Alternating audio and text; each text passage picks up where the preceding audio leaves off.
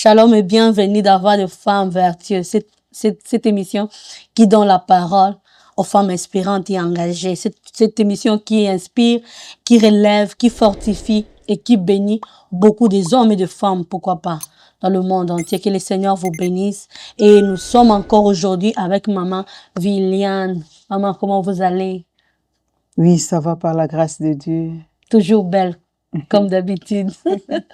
La parole de Dieu nous rajeunit. Alléluia, alléluia, alléluia. Que le Seigneur soit loué. Maman, nous allons parler sur surmonter les défis du mariage avec sagesse et foi. Maman. Le mariage, c'est quelque chose qui est tellement important dans la vie d'un enfant de Dieu. Le mariage, c'est quelque chose qui est tellement capital. Parce que, comme la Bible déclare qu'au commencement, il a créé l'homme, il a créé la femme et il les a dit qu'ils soient ensemble. Alors, ma question ici serait de savoir, maman, nous sommes en train de partager comme ma maman, je pose des questions à ma maman. Pour moi, je ne vois même pas les caméras ici. Je suis en train de partager comme si je partage des questions de plusieurs femmes dans le mariage, plusieurs hommes aussi dans le mariage. Et là, je suis en train de faire une conversation avec ma maman. Maman, vous avez combien d'années de mariage maintenant, maman? Au mois de novembre, je vais totaliser 35 ans de mariage. Wow. Moi, je suis bébé, 9 ans, c'est presque 9 ans de mariage. Je suis en train de partager avec vous, maman. Donc, ma première question serait de savoir comment améliorer la communication dans le couple lorsqu'il y a des malentendus fréquents. Ok, je vais commencer d'abord par me présenter. Oui, bien sûr. Je suis pasteur Viliane Solani Nyangi, l'épouse de l'apôtre Emmanuel Solani Nyangi. Nous sommes de l'Angola, mais Dieu a permis que nous soyons ici, à Géorgie, pour travailler dans son œuvre.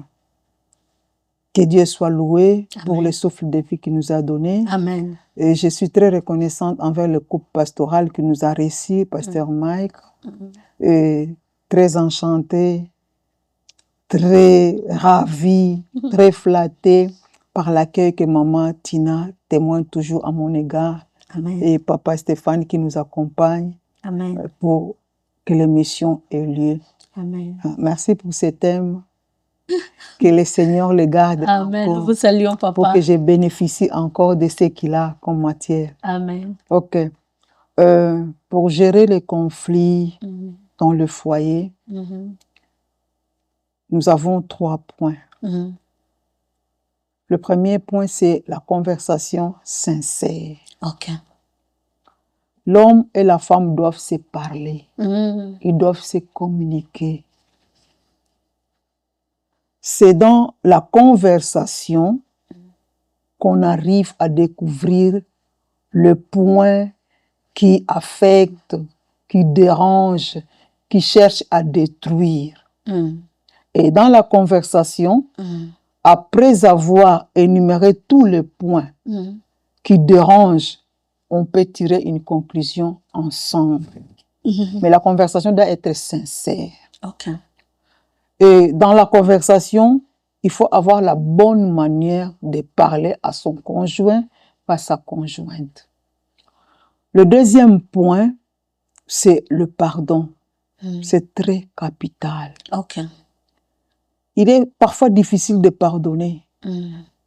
Mais si nous avons besoin d'être pardonnés, nous devons aussi pardonner. Et quand nous pardonnons, nous devons oublier et tourner la page. Le troisième point, c'est l'amour sexuel, non sexuel. Dans la vie conjugale, il n'y a pas seulement le sexe. Nous sommes appelés aussi de jouir de l'amour non sexuel. Okay. Ça développe aussi l'intimité entre nous. On peut avoir un peu de différends, on se parle. Bon, maman, on peut sortir, aller au restaurant. Oh, juste un petit baiser avant de dormir, ça soulage. Ça décrispe un peu le pensée. Bon, alors, chaque fois quand moi je dis oh, mon mari attend toujours A. Lorsque lui il dit C, moi j'attends toujours B. comment faire pour que nous puissions nous comprendre lorsque nous communiquons? La première chose, comment toi tu entends B et comment lui entend A quand toi tu parles de O. Peut-être que la façon de parler, la manière de parler. La Bible nous recommande que notre parole soit assaisonnée un peu de sel. De sel.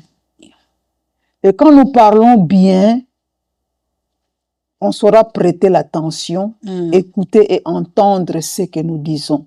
Ok.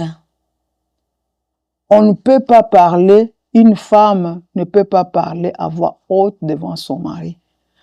Une femme ne peut pas venir auprès de son mari à s'imposer. Une femme vient auprès de son mari pour suggérer. Tu peux avoir de bonnes idées, mais qu'est-ce qui peut te trahir pour qu'on ne puisse pas t'entendre? La façon de parler. Alors, pour qu'il y ait un bon entendement dans la maison, il faut savoir bien parler, il faut savoir que dire et où parler. Là, vous allez éviter. Même les lieux, très important. Où parler. Ou le lieu où parler. Et quand il faut parler, et de quoi parler. La manière de parler, qu'est-ce que vous direz, comment et où. Si on arrivait à répondre à ces questions, je crois on saura vaincre les malentendus. Alors pourquoi les manques d'écoute? Le manque d'écoute peut-il devenir un poison dans le mariage quand l'autre ne veut pas écouter? Comment cela peut devenir un poison dans le mariage? Quand l'autre ne veut pas écouter, il faut d'abord savoir pourquoi il ne veut pas écouter. Ok. Peut-être il n'écoute pas parce que la manière de parler n'est pas confortable, n'est pas indiquée.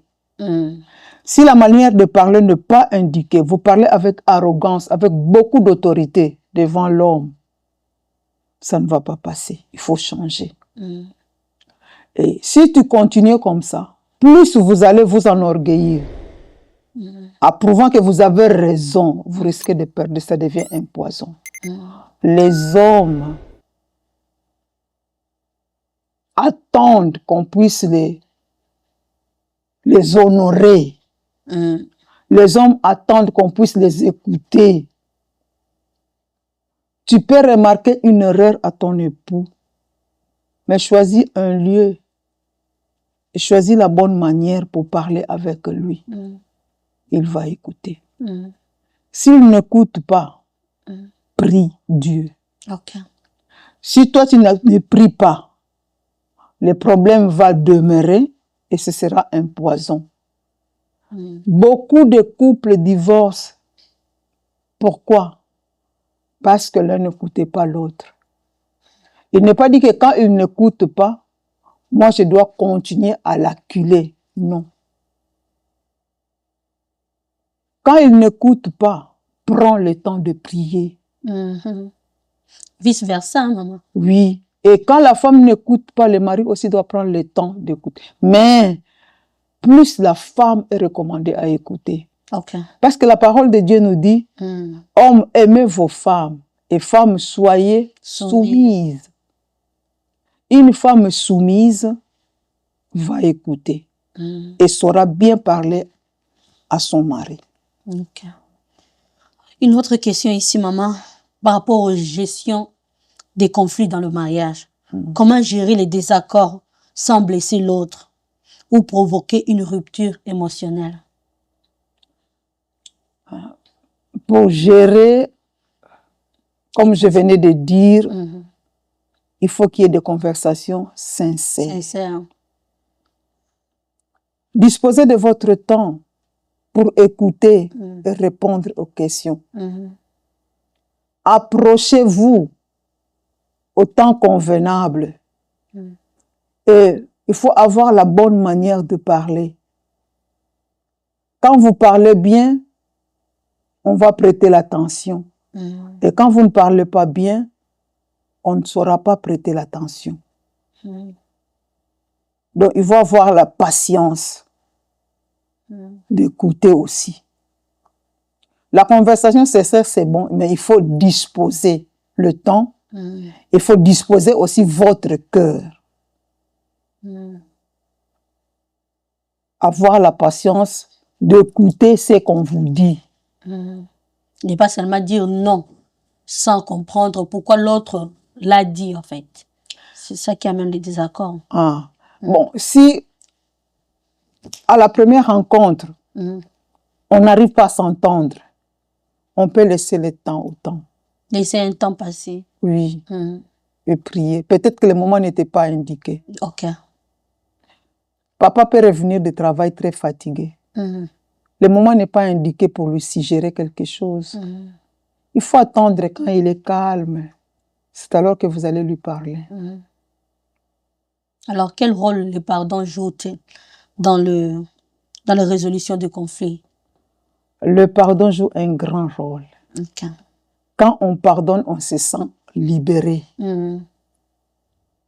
Quand vous ne pardonnez pas, vous vous sentez... comment?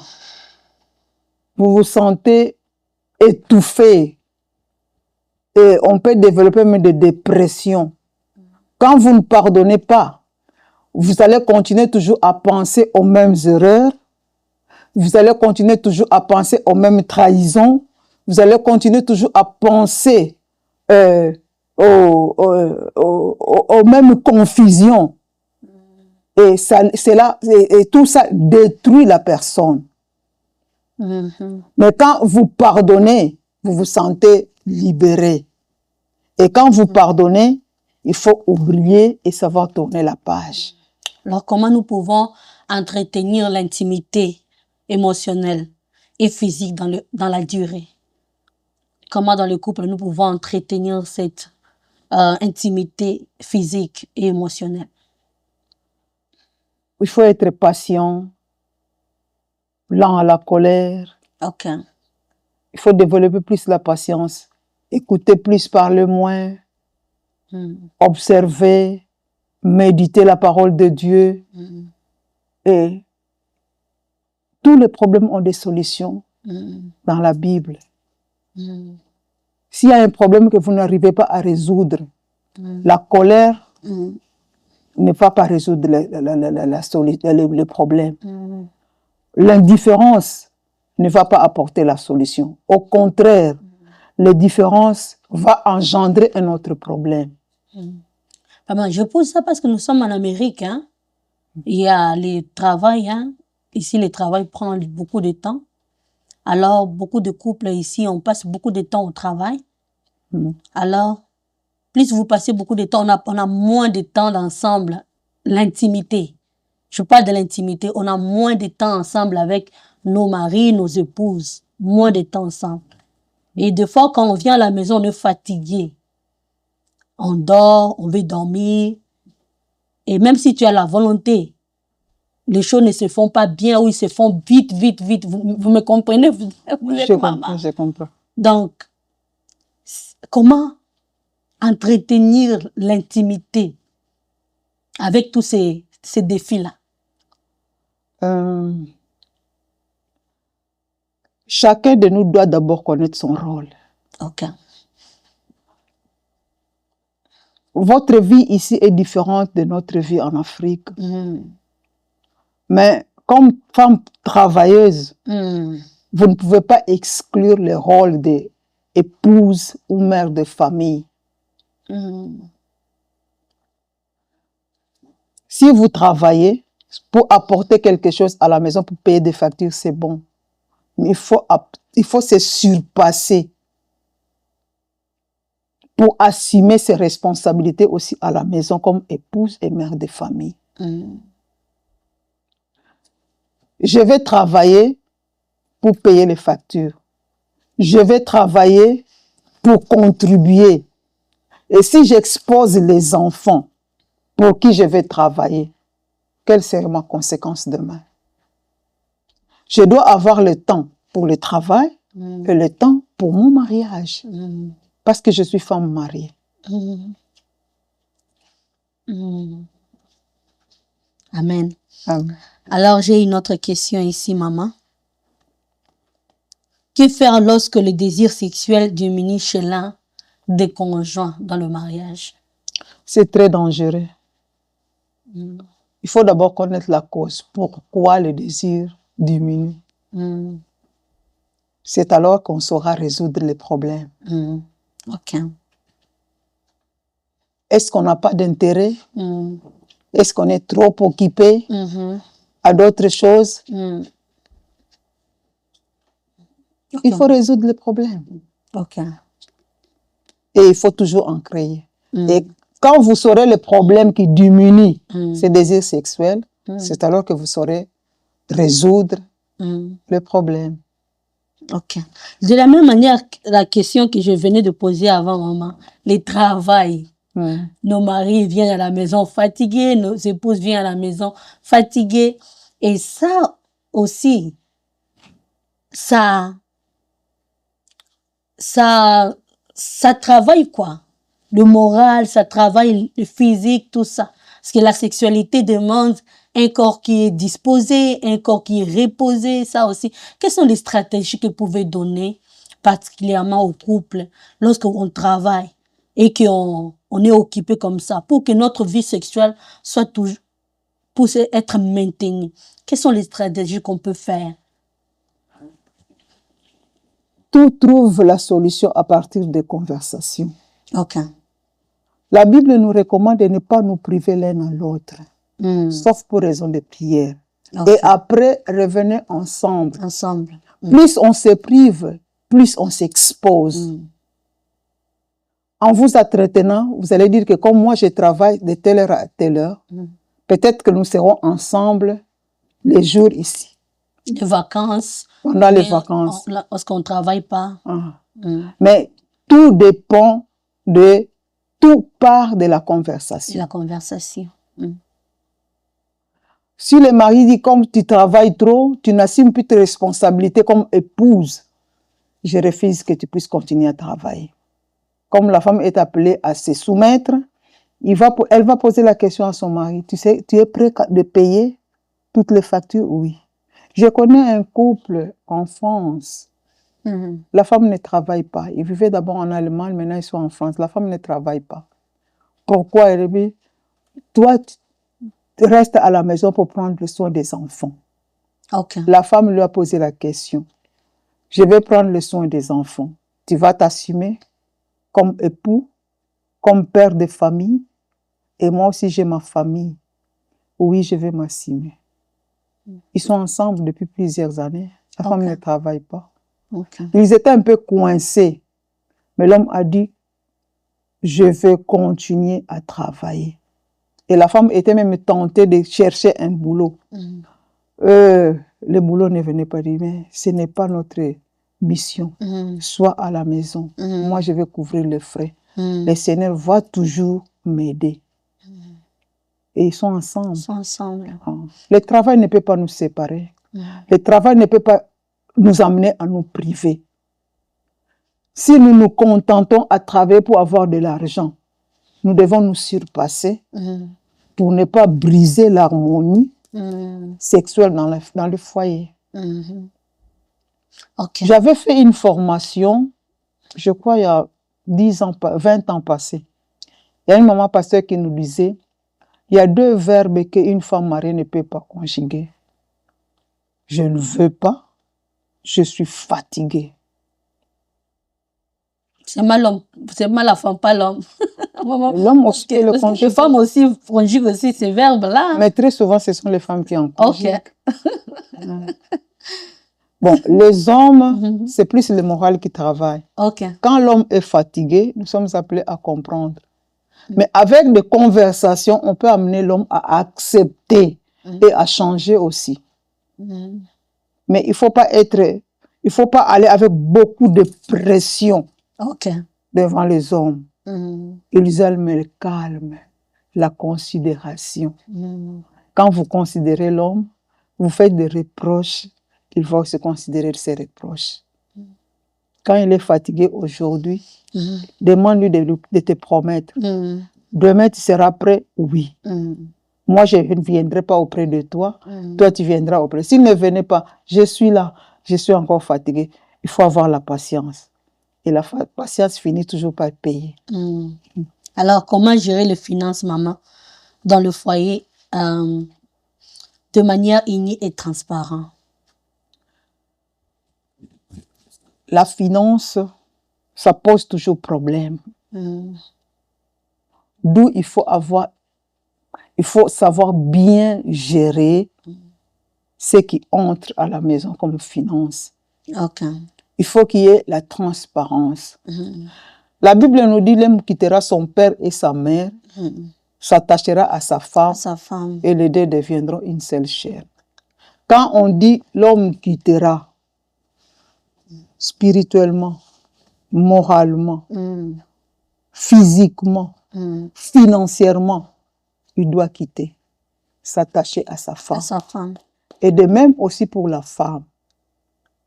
Quand vous êtes devenu une seule chair, c'est-à-dire les finances de mon époux, les finances de mon épouse sont à nous deux. Et nous allons gérer ensemble. Pour moi, je trouve mieux, comme la femme a le pouvoir d'édifier la maison, si on confiait la gestion des finances à la femme, ce serait une bonne chose. Et la femme, si tu gères bien, tu vas gagner la confiance de ton mari.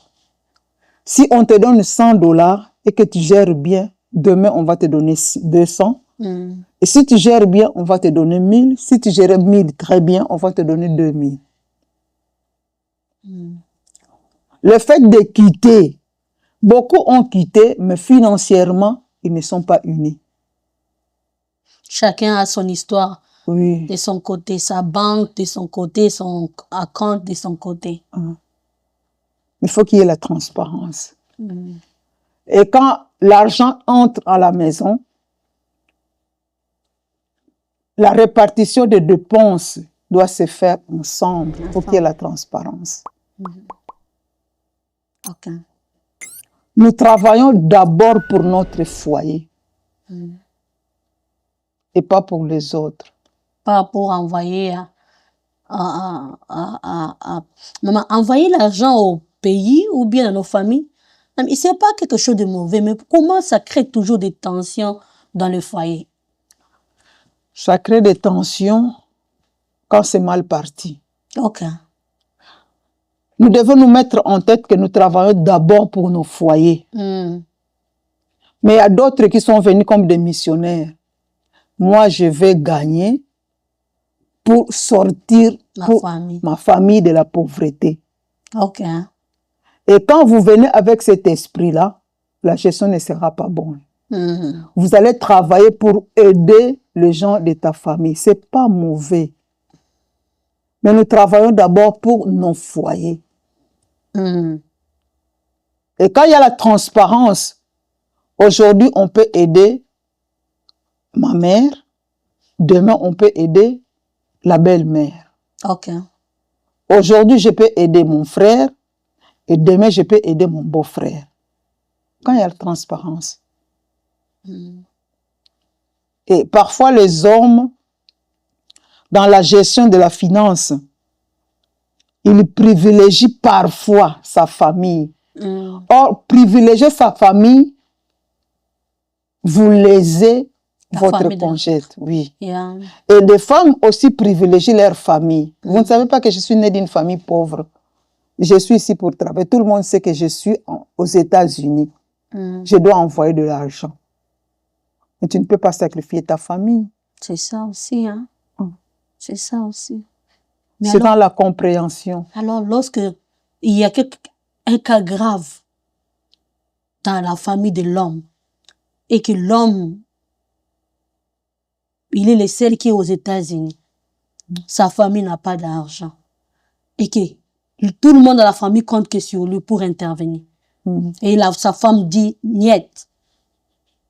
Mais s'il y a une bonne conversation. Comment l'homme va faire? Va malgré, envoyer ça malgré, ou doit écouter aussi sa femme et puis... Non.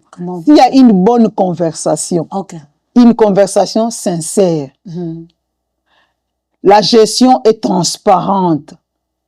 La femme pourrait suggérer à l'homme d'envoyer l'argent. Ok.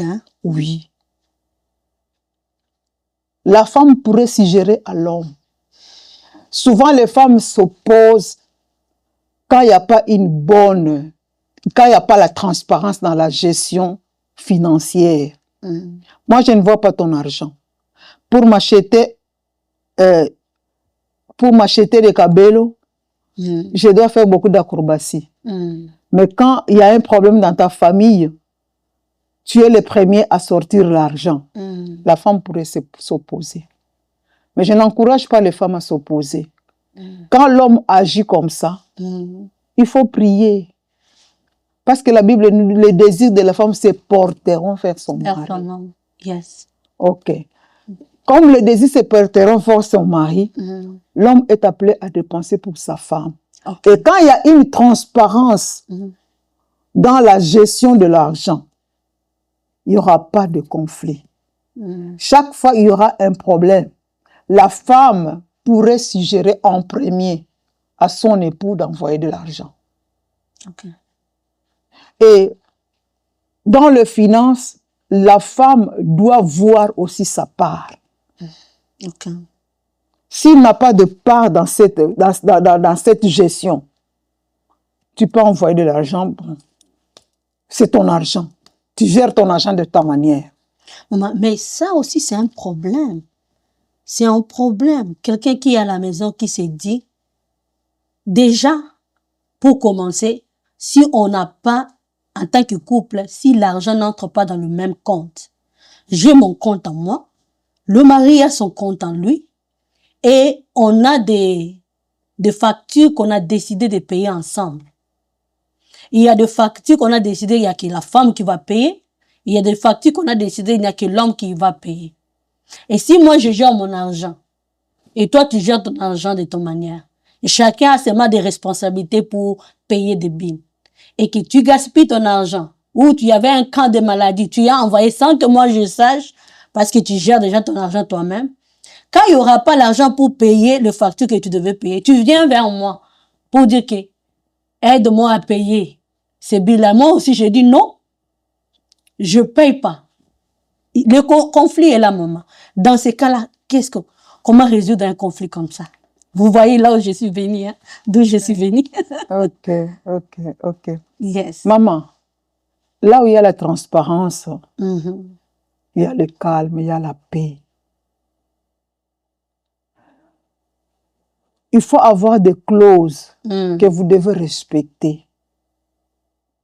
Je dis que la conversation a une place capitale dans nos foyers. Amen. Pour résoudre le problème. Amen. Moi, j'ai dépensé, nous avons fait des clauses. Moi, je paye l'électricité. Vous payez le gaz. En plus de l'électricité, je paye aussi de l'eau. Hein? Le loyer, c'est l'homme qui paye. Le manger, c'est la femme qui supporte. Vous devez respecter les clauses. Au cas où vous ne respectez pas les clauses, il faut expliquer à l'autre la cause pour laquelle vous n'avez pas respecté les clauses. Là, il y a la transparence. Si on voit que l'explication que vous donnez est favorable, on peut couvrir. Il y a des tensions parce que on n'arrive pas à expliquer les dépenses. Mais il faut que la confiance... Puisque je ne peux même pas voir ce que vous faites dans votre compte. Mais c'est déjà cette manière de faire là, maman. Est-ce que c'est bon en tant que couple que chacun gère son argent de sa manière, mais qu'on vient tout seulement ensemble de payer quelques billes? Est-ce que c'est déjà une bonne façon? C'est pas déjà un piège? Puisque chacun gère son argent comme il le veut. Je n'ai pas accès à ton compte, tu n'as pas accès à mon compte. Donc c'est difficile que je puisse comprendre. Il n'y a pas déjà la transparence. Il n'y a pas la transparence. Donc c'est difficile de savoir qu'est-ce que tu fais avec ton argent, qu'est-ce que je fais. Et c'est une bonne façon de faire. Tout part au départ. Ce n'est pas, il y a une période de fiançailles, ce n'est pas envers la période de fiançailles existe. Pendant les fiançailles, on prie, on pose, on établit des programmes. Et on voit même la gestion de l'argent. Ok. Et quand on arrive à la maison, il faut respecter les clauses établies. Si moi j'ai quitté, toi tu as quitté, nous deux nous sommes devenus un. Mais pourquoi je dois garder mon compte et pourquoi toi tu dois garder ton compte? Parce que ton compte, je peux avoir accès, tu peux avoir aussi accès à mon compte. Moi, quand je me suis mariée, j'avais connu des problèmes. Juste après quelques mois de mariage, je ne travaillais plus. J'étais restée à la maison. Ok. Et on a passé des moments très difficiles avec mon époux. Mais quand on a commencé notre vie conjugale, on s'est convenu. Je venais avec mon salaire, papa venait aussi avec son salaire. On priait pour les 2 salaires, on retirait la dîme et il me donnait la gestion. Ok. Dis-moi un peu, la personne qui est transparent aux finances, comment je vais le suspecter? Nous sommes passés dans l'école de Dieu. Nous sommes passés dans le désert. Mais j'avais confiance en Dieu et confiance en mon époux. Parce que c'est moi qui gérais. Il peut me dire que je n'ai rien, mais je vais travailler. Je ne vais pas le suspecter. Parce que c'est moi qui gère. Ok. Je sais quand l'argent entre, je sais quand l'argent sort. Et la transparence dans la gestion financière a fait que nous puissions nous entendre et qu'il n'y ait pas de conflit. Mais quand on commence à se cacher, là, ça peut susciter des problèmes terribles, graves. J'ai notre question ici, maman. Le temps nous joue un tour. Le temps va tellement vite. Comment construire une vie spirituelle solide à 2 en tant que mari et femme? Comment nous pouvons construire une vie spirituelle solide? La Bible nous dit, quand 2 personnes s'accordent ici sur la terre pour demander quoi que ce soit, cela leur sera accordé par mon Père qui est dans les cieux. Amen. Nous devons apprendre à prier ensemble. Nous devons apprendre à méditer la parole de Dieu ensemble. Nous devons apprendre à écouter la parole de Dieu ensemble. Là, nous allons cultiver une vie d'intimité, de communion ensemble. Bon, comment faire alors si mon conjoint, l'un des conjoints plutôt, grandit plus vite que l'autre? Quand l'un des conjoints grandit plus vite que l'autre, celui qui grandit plus vite que l'autre, avec l'aide du Saint-Esprit, doit amener l'autre là pour grandir aussi. Parce que s'il y a des fossés, c'est pas bien. Plus le mari grandit dans la foi, la femme aussi doit suivre. Aussi. Oui. Et plus la femme grandit dans la foi, la femme ne va pas amener de force l'homme à le suivre. Mais les bonnes habitudes de la femme vont convaincre le mari à suivre sa femme. Comment poser des limites saines avec la belle famille? Éviter d'ingérer nos parents dans nos foyers, dans nos situations. S'il y a un problème, c'est mieux de contacter votre pasteur. C'est mieux de contacter les aînés dans leur foi. Les parrains aussi. Les parrains. C'est mieux de contacter les femmes âgées qui ne sont pas médisantes, mais qui ont la connaissance de la parole de Dieu et un bon témoignage. Les dangers qui existent d'avoir ingéré les familles, les parents dans nos problèmes, souvent les parents prennent part de leurs enfants. Or, le pasteur n'a pas de parti pris. Nous devons épargner nos parents en leur disant tout ce qui se passe dans nos foyers. Amen. Et les parents aussi doivent nous aider à résoudre nos problèmes. Amen. Seuls, sans leur intervention. Alors, comment gérer les différences d'éducation ou de culture familiale? Tout, c'est dans la conversation. Okay. Et laisser le temps au temps. Il faut avoir la patience. Okay. Moi, je me suis mariée à 28 ans. Je suis venue avec mon éducation, mon instruction. Quand je me suis mariée, mon époux avait 31 ans. Lui aussi, il avait son éducation, il avait son instruction. Et quand nous sommes ensemble, il y avait les chocs de caractère au début, mais avec l'aide du Saint-Esprit, on a évolué et nous sommes bien. Bientôt, nous allons totaliser 35 ans de mariage. Tout, c'est dans la conversation sincère et l'aide du Saint-Esprit. Et aussi à la place de la sagesse. Quand on a la sagesse, on saura gérer et on saura apporter des solutions équitables à des problèmes qui surviennent dans la vie. Amen. Alors, là, je vais vite parce que le temps, j'aimerais bien poser d'autres questions me viennent dans la tête là, mais comme le temps passe tellement vite. Mais je crois que maman va nous revenir et nous aurons le temps de poser toutes ces questions encore. Maman, une autre question ici. Comment établir une vision commune pour le futur couple? Comment nous pouvons avoir une vision commune ensemble en tant que couple?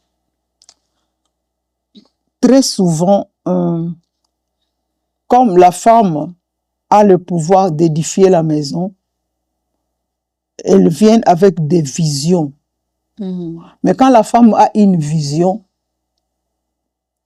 pour l'exposer, elle ne peut pas s'imposer. Okay. Elle doit suggérer. De la même manière que l'homme aussi peut informer la femme. Mais si ça ne passe pas, nous sommes des chrétiens, il faut laisser le temps au temps. Prier Dieu. Si la vision vient de l'Éternel, au temps marqué, la personne à qui on a suggéré la vision sera convaincue d'accepter la vision.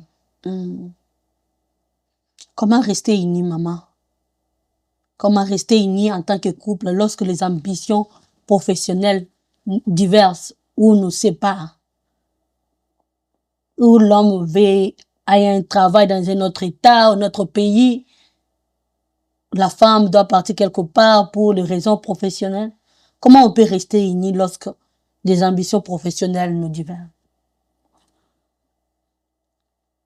Quand l'homme sort pour travailler ailleurs, on n'est plus unis.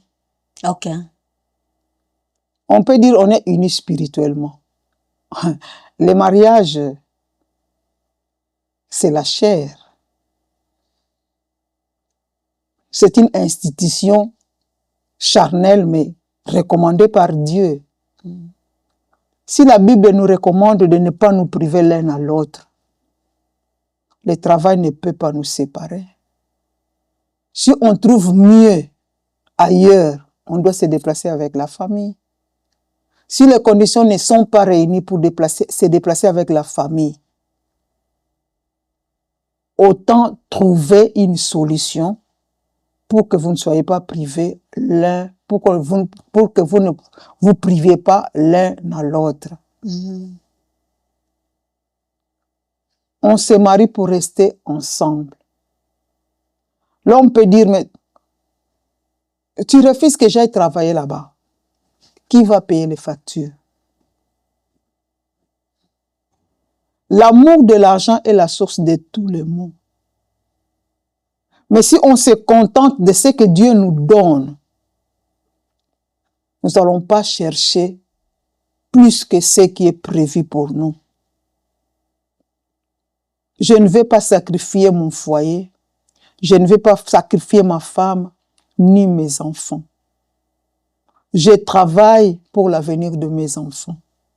Je travaille pour le bonheur de mon foyer. Et si chaque fois je suis éloignée de ma famille, je vais perdre le contrôle de mon foyer, le contrôle de mes enfants. À un certain âge, il est conseillé aux parents d'être ensemble pour veiller à l'éducation des enfants. Les enfants. Surtout quand les enfants sont petits. Ah. À quoi servirait à un homme de gagner beaucoup d'argent, mais les enfants ne sont pas éduqués? Maman, mais quelqu'un qui nous écoute peut dire que maman dit ça parce qu'elle vient de l'Angola. Elle ne vit pas ici avec nous aux États-Unis. Elle ne connaît pas les défis, les situations de nous ici en Amérique. Les bills sont là, il faut payer les bills. Les mortgages sont là, il faut payer les mortgages. Si le papa peut avoir un travail loin qui peut faire que nous puissions payer tous ces bills ici, et encore sans oublier que les enfants sont là. Ici, pour garder les enfants, c'est cher. Alors, si maman doit être là à la maison pour prendre soin des enfants, peut-être maman ne peut pas travailler, mais si papa ne prend pas cette opportunité-là, d'aller 6 mois, 4 mois, 5 mois pour chercher l'argent, où est-ce qu'on va payer tous les bills? Les bills sont liés par rapport à quoi? Les dépenses. Les dépenses, l'argent. L'argent que nous recevons. Si on est capable de résoudre les problèmes que nous avons, de satisfaire nos besoins, je ne vais pas sacrifier mon foyer. Si je vais trouver mieux ailleurs, il faut que j'aille avec ma famille. Ça ne sert à rien de gagner beaucoup d'argent et détruire son foyer. Ça ne sert à rien. Okay. Nous devons nous contenter de ce que Dieu nous donne. Si on vit dans le contentement, nous n'allons pas suivre. Nous n'allons pas marcher derrière l'argent. Et le problème, la parole de Dieu nous dit, cherchez premièrement le royaume et la justice de Dieu. Et toutes ces choses vous seront. Pour nous, nous cherchons ce que Dieu a promis de nous donner. Et nous abandonnons ce que Dieu nous a promis de chercher. Okay. Si nous nous contentons de ce que Dieu nous donne, nous prenons soin de son œuvre, Dieu nous bénira. Amen. Et nous allons vivre dans le contentement. Gloire à Dieu. C'est tellement puissant ce que vous venez de dire, maman. Alors, ma toute dernière question serait, comment rester fidèle à l'un l'autre dans les saisons difficiles? Lorsqu'il y a les deuils, lorsqu'il y a la maladie, le chômage, comment rester unis malgré tous ces épreuves? En réalité, on se marie pour le meilleur et pour les épreuves. Je ne veux pas manifester mon amour ou témoigner mon amour à mon époux ou à mon épouse parce qu'on vit les beaux moments. Même quand nous traversons des épreuves, nous sommes appelés à être unis. Et quand nous sommes unis, c'est alors que Dieu agira dans nos foyers. Supportons-nous dans nos faiblesses, dans les épreuves, tenons-nous la main dans la main. Amen. Parlons le même langage, confessons les mêmes paroles, marchons sur le même chemin. Dieu nous visitera et il agira. Gloire au Seigneur. Merci beaucoup, maman. Toutes ces réponses que vous avez données nous ont vraiment bénis. Et je crois que le peuple de Dieu qui nous suit a été vraiment aussi béni. Donc, nous sommes arrivés à la fin de notre mission d'aujourd'hui. Alors, aujourd'hui, nous avons parlé sur surmonter les défis du mariage avec sagesse et foi. Et je crois que partout où vous êtes, vous étiez bénis par tout ce que nous avons dit ici. Alors, d'ici là, que le Seigneur vous bénisse abondamment et nous allons nous retrouver à notre prochaine émission. Merci beaucoup, maman.